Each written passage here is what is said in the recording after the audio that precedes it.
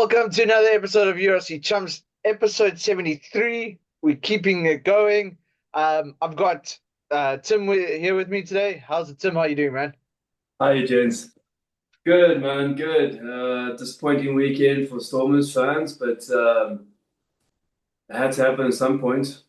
Yeah, and a few other shocking results, which we'll get Yeah, into. interesting weekend for rugby. But that's what I said to you last time when I was on the pod was, there is no easy game in this championship. There just is no easy walk-through game. Yeah, I mean, as you can see, the results are there. Starting off with a 24-all draw between the Lions and Ospreys, which I feel for the Lions and I feel for the Ospreys. They both look like they wanted it at the end, and it just didn't happen for both of them, unfortunately.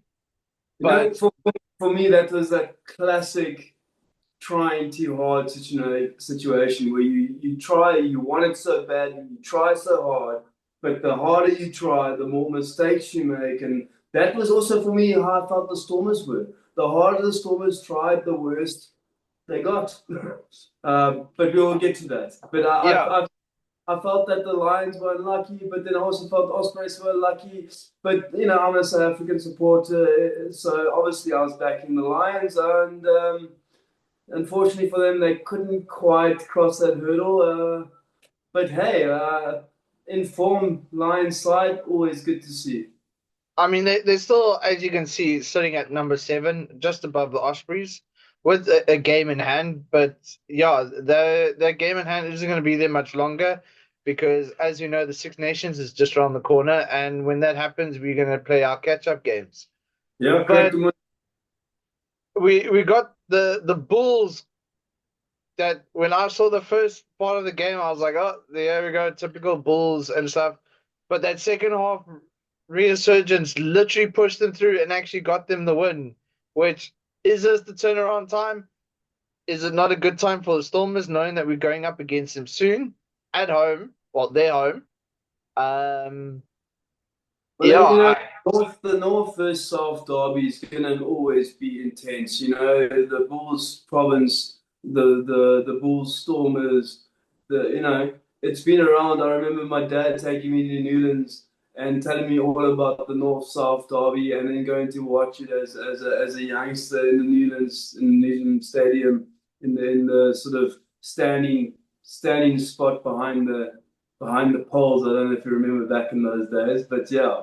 Johnny Um, Craven's stand. yeah, so it's always a wonderful one, and no matter what the table looks like, it can be one against last, but when it comes down to a local derby, it's going to be tight, it's going to be tough, and it's going to be a flip of the coin at the end of the day. It doesn't, regardless of the standings on table. Yeah. In Germany, you say it's egal. It doesn't matter where you stand. You know what I Yeah. mean? But I mean, I'm glad for them, especially winning one on the road against Edinburgh. Unfortunately, we also do know Edinburgh hasn't really been the team of late. They're sitting 12th on the log at the moment. But for Yeah, the if you Bulls, look, bro, if you look at great. Edinburgh on paper, they're a hell of an outfit. So win against Edinburgh away is a superb result, especially considering the Bulls lost 7 on the trot or something. Yeah. Yeah, but I mean, like I said, for the Bulls, crispy. Yeah, very happy. The next game, which was actually for me very surprising that it was that close. Shocked me. I Yeah, thought Munster would put 50 on them. I mean, yeah, Dragons do give a bit of fight, but they never finish off. But I mean, the way Munster's been playing, I would have expected a little bit more from them. But coming off 22-20 victors, at the Limerick, yeah, such a great game of rugby there. The shocking one for me, I mean, when I Yeah, say go Scarlets. Go, 27-22 go. against Ulster, and I mean that Ulster team right now. was getting so much momentum, and they've been on an awesome winning streak. I mean, beating. I mean, they lost to Leinster, but beating the other Irish teams, going like I thought. Yes, this team's probably going to be number one within a week or two, and then slipping up against the Scarlets. Yeah, yeah, not the result I was expecting. No, I don't think anyone expected that result. But it's wonderful for rugby, and it's wonderful for the competition. And I'm actually pretty stoked about it. I'm glad it didn't happen to a South African team. Put it that way. Yeah. Then, of course, a game that has some controversy, which we'll definitely talk about a little bit later. Connacht Yeah. going down 23-24 to Leinster, but I mean, to be expected. I mean, sorry, 34.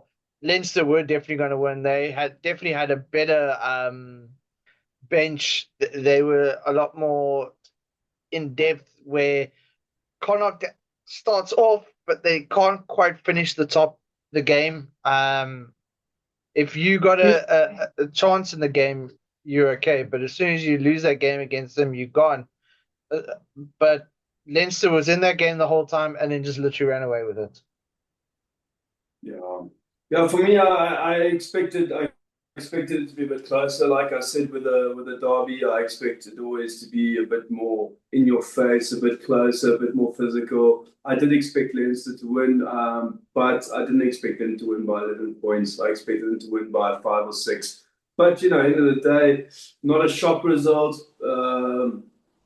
Expected it. Yeah. Then the game, like I was explaining earlier, we played terribly. We went down 19-30 to the Sharks, Stormers. There were a few calls, and I saw quite a few people complaining about the ref and everything. However, I do have to say, Amy Barrett is a Western Province Rugby Union Yes. affiliated ref. This is most certainly a loss we cannot blame on a referee. I Yeah, don't care how staunch of a province supporter you are. We got outplayed, we got outmuscled, we got beaten at the breakdown, we got beaten in the collision point. Their loose trio absolutely trounced our loose trio. They were just better than us all in lineouts, in scrums, in loose play, in defense, in attack. They were the better side, okay? And I must just tell you, our little golden boy, Sasha Feinberg and Gomezulu, Jordan Hendricks was the better 10. I hate to admit it, but yes. Sorry, say what you want, but facts are facts. Jordan Hendricks Yeah, put out a better performance. Out of the two tens that we went based on that game, and you didn't know either one of them. You just went to the game for the first time. When you watched those two teams, you would have said that Jordan Hendricks was a Springbok 10 and not Sasha. the thing is, I think Sasha shouldn't be captain right now. He isn't mature enough for that position. I don't mind him being captain, like I do expect someone but being around the block a little bit longer, but I do see Sasha being captain at some point. I actually see Sasha taking over from Seal and in the Springbok captaincy. No, so I mean, I was explaining this to someone earlier this week. I said I don't see him as a captain right now. I don't think he's mature enough in the professional game to be captain. I think he's a fantastic player and everything, but I don't think he's captain material quite yet. I think he should be in the leadership role group and start learning and bouncing off from other people. For sure, for Um, sure. And yeah, you're 100% right. Maybe it's a bit early to throw him into such a big leadership role, but he should be in a leadership role. He should be a vice captain or captain of the back line or captain of defense, captain on attack. Whatever the yeah, case may be, he must be a leader on the field because he's got to be the general. Your fly has got to be your general, right? He's yeah, got to tell everyone what to do and when to do it. That is what a number 9 and number 10's job is, to control attack and defense, right? They communicate to each other. The 9 takes care of the forward pack and the 10 takes care of the back line, right? Normally. So I do see him being a future leader. I do see him being a very good leader. But I do see your point of it may mean a bit early to throw him into the deep end. But, I also understand the decision from Dobson because we've thrown this kid into every deep water we can, and every single time he's managed to not only swim, but break records. So, But I mean, we also need to look at, we got Ruan Null coming back this week, and Ruan Null is officially the captain for this year. So I mean, I do see now taking over that role a bit more. would say now would take control again. Yeah. Yeah. But the other thing, and this leaves a very sour taste in my mouth. So I'm being quite harsh on a player, and I must tell you, so he didn't play this game, and you know who I'm talking about, Evan Roos. I've always haven't been an Evan Roos fan, but however, for me, he didn't play this weekend, and that made such a massive impact in that the Stormers pack.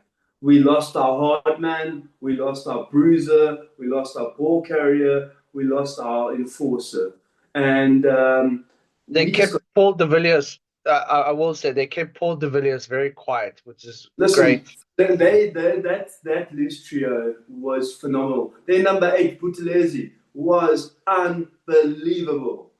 He bossed our Stormers pack alone. And the two brothers, Chichuka. the two brothers, amazing, superb. Again, were sitting our Stormers players on their ass, running over them. They were dominating the loose trio. And But you saying that JP Peterson has definitely turned the Sharks team around right now.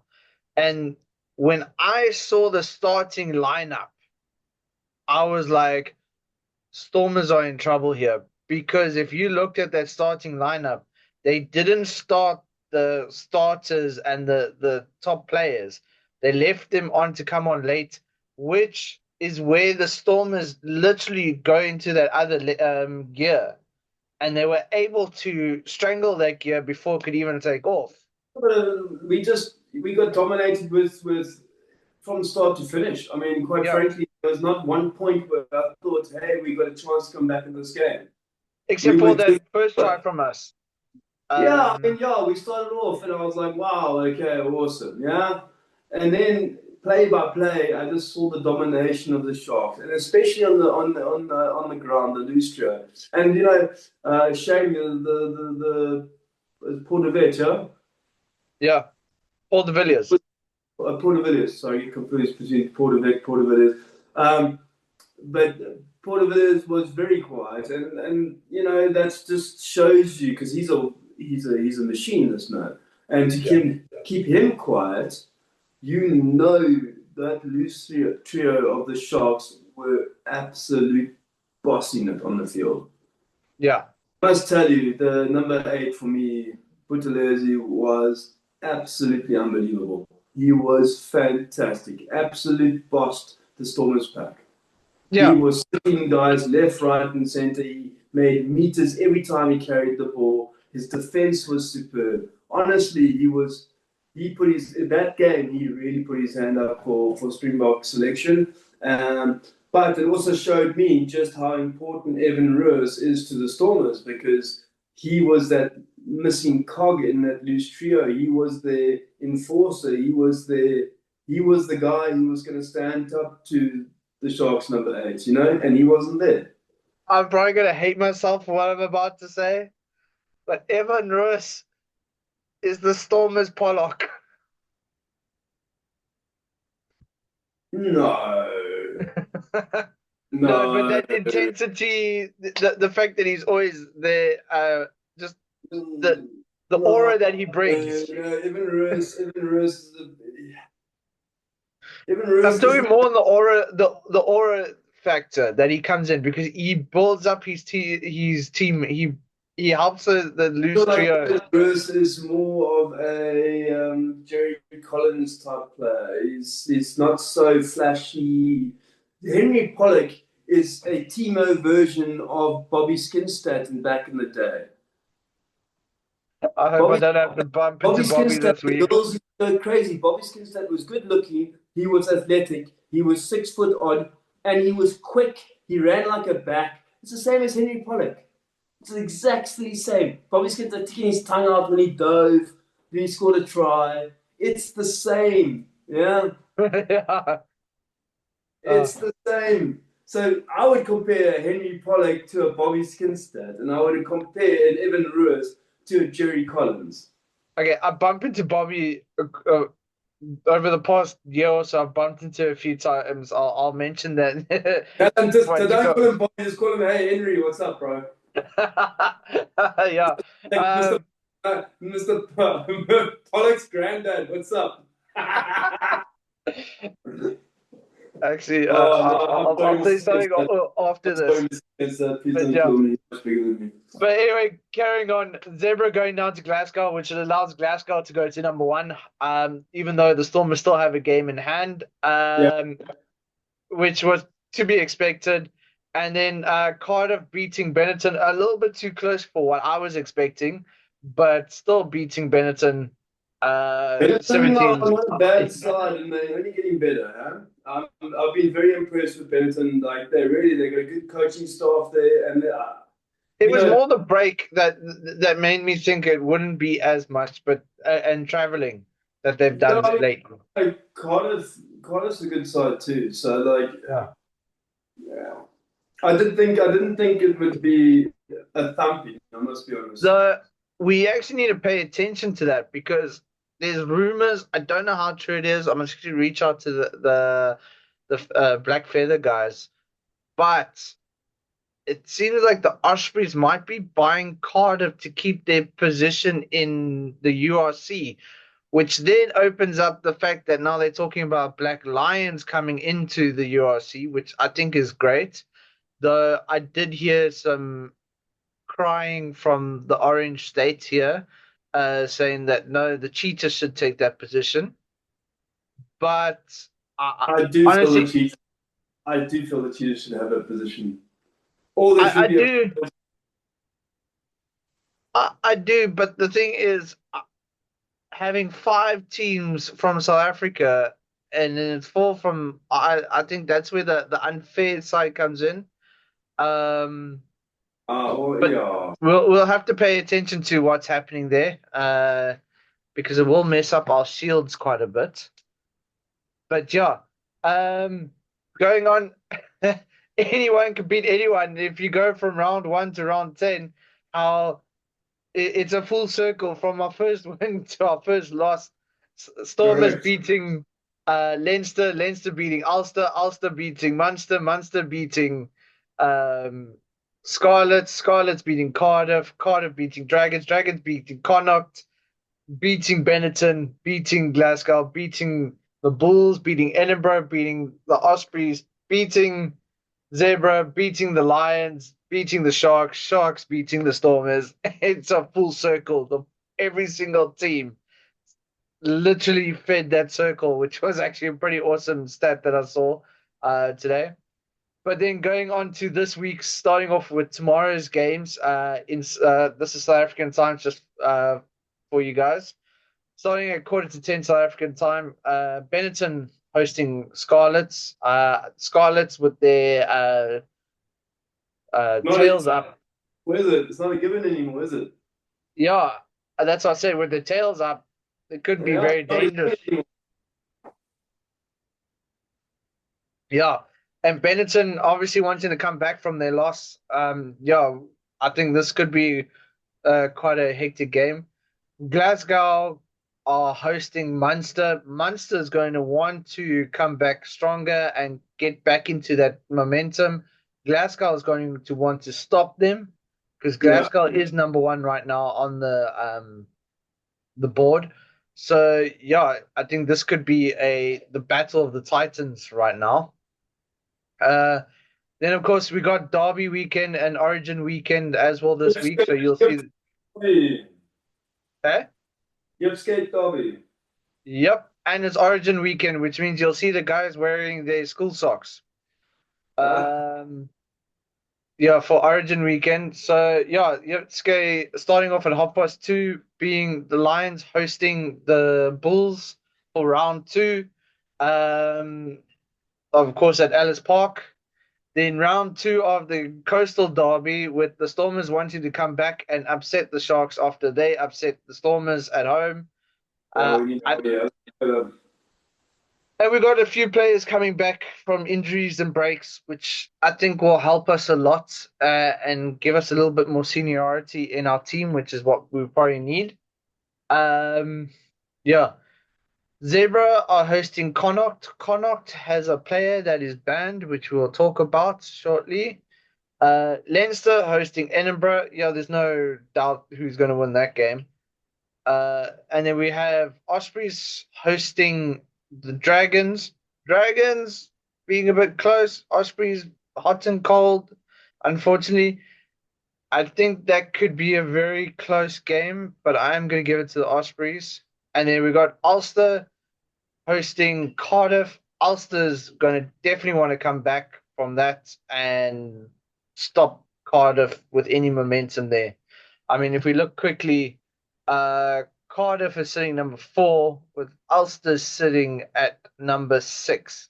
And I mean, there's 3 points between them, really. Pretty similar stats in points there. So, yes, like I've said in the past, Mark Sexton right now, who is Johnny Sexton's brother, has really made that team a phenomenal team right now. So yeah, um, that is this weekend that is happening. I actually can't wait for this weekend. I'm probably going to be sitting at my buddy's house from about 2 o'clock until 9 o'clock, which means my wife will. Hey, actually, my wife is not really here for most of the day, so it's fine. Love you, babes. But yeah, um, yeah, definitely going to keep an eye on those games. I'm actually really excited for those. But I do think these are the probabilities of the playoffs, and I do think these stats are going to change quite a bit. I spoke to someone saying he would like to see all 4 of the South African teams in the playoffs because that will make it fun. But yeah, as you can see, Zebra and Dragons with Scarlets are sitting at a 1% chance. You might as well write it off. Ospreys could make that number a lot better this weekend, along with Connacht and Benetton putting it over. Edinburgh, Cardiff, and Sharks in the 40s. I think that is very likely that could go higher depending on the results this weekend. yeah. But of course, the first 3 ones, Leinster, Glasgow, and DHL Stormers, being 99%, which is actually pretty good. And the Lions with their best percentage that I've seen in ages, Yeah, 58%. 100%. Yeah, good on the lines, eh? I mean, it's not every day you see the Lions above the Sharks, but yeah, that is the current standing in that. But yes, Bundy Aki has been handed a lengthy ban for verbal abuse of a match official. I heard the thing. It just uh, seems like he wasn't happy with some of the calls that were made, and he got a little bit let the mouth flap a bit too much, and um, he has officially been withdrawn from the Irish team for the Six Nations because, of course, he's serving out his ban. I think it was a 4 week or so ban, but yeah, I think Ireland's going to make it a little bit longer for them. I did see some people saying, "Is this the end of Aki?" Because he only has 5 months left on his Irish contract with the national team. We're going to have to keep an eye on that and see what happens over the next couple of weeks, whether or not he's done. Some people have said are saying if that's how he ends, it's not a nice way for him to end.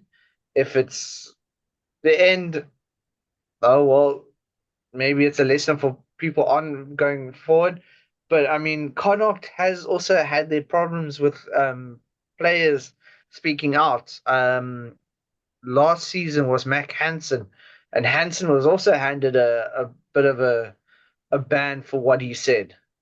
but at that point, he said it openly in an interview, so it was a little bit different. He didn't do it on the field, which, yeah. So, Yeah, for me, I mean, at the end of the day, we've got to adhere to our traditions, and respect towards referees and not having back chat is a part of rugby tradition. We're not soccer. We don't scream at referees. We don't back chat referees. At the end of the day, referees are yes sir, no sir, three bags full sir, or ma'am. uh, End of uh, discussion. I End mean, of what you got? Nigel Owens with the "This isn't soccer. I am the referee. I will blow my whistle when." the I was listening to Scott Berger talk about the best yeah. chirp he's ever heard on the field, and he was with Paper, and Paper was saying, "Yeah, the six referees," and no one going, "Yeah, and you're not even the first five, top five."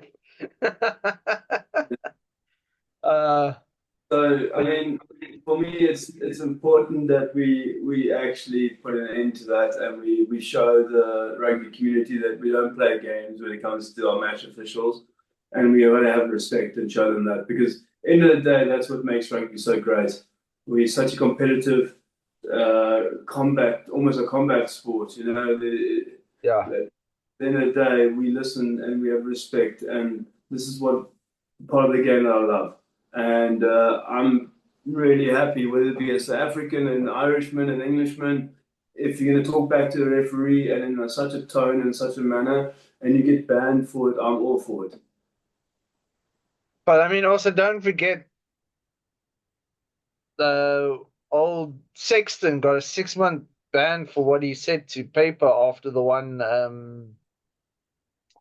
2022 final, where he basically swore at Paper and said he was an effing disgrace and he's an effing S ref and everything like that. And he got a 6-month suspension. However, some people said he should have got a bit more of a harsher one considering his status in the game. But of course, they allowed him to end it a week or two before the World Cup, so he was eligible to play for Ireland in the World Cup. However, did they carry on? No. Rico Arani still chirped him, enjoy retirement after the quarterfinal game. Um, yeah, I think that was probably one of the best chirps ever on the field. uh, but yes, um, unfortunately, sad news right now. Uh, Unio Antonio has officially retired after a heart attack. Um, I mean, he was a big man. I think he was like 6'5", 6'3", or something like that, 140 kgs. He was, yeah. Yeah, Um, Mobile is a good player. It's very sad into a very good career. I think he played something like 30 odd tests for France. Um, he's won the Six Nations. He's won the Champions Cup. I very don't know sad, about the top very sad. 40. Yeah. Yeah, that's a loss. Um, That's a loss for rugby. He yeah. was very good prop. Very, very good prop. If he sees this, all the best to the future, and hope everything is prosperous in your life after rugby, which I know is where some people do struggle. But yeah, that is very sad to see. But of course, some other drama that's come out. Kitsy's made a comment that Artie's drama wouldn't fly in the Bok camp. With Kitso saying Rassie Erasmus wouldn't have tolerated the sorts of comments that Artie was making, which could have helped Razor. But then at the same time, All Blacks young gun thanks Razor for giving him the start that he needed in the international thing. And then, of course, in the right hand corner there, Rassie has officially come out and said Tony wants to coach the All Blacks. However, the contract is still 2027, so we've got him there. Apparently, New Zealand rugby hasn't approached yet. That's Yeah, also the thing. that's Yet. I just feel if New Zealand did that, there would be complete and utter sabotage before Rugby World Cup. And Um, I honestly believe New Zealand rugby has too much class to do that. I think they might take him after the World Cup, and I've got no yeah. problem with it. However, to take him before the World Cup, it's exactly like a Trojan horse. You send him in, you've learned all there is to know about us, and then you make him coach a year out from the World Cup. That is unacceptable. There needs to be a sort of an understanding between the two nations that is not okay and that should not be done by either side. Very happy if he goes to take New Zealand coaching role after the World Cup, but a year before the World Cup kicks off, after he's been in the South African camp for the last 2.5 years, I think that would be an absolute travesty to justice and rugby. I mean, I've got his name somewhere on my shirt here because he has played for the Stormers.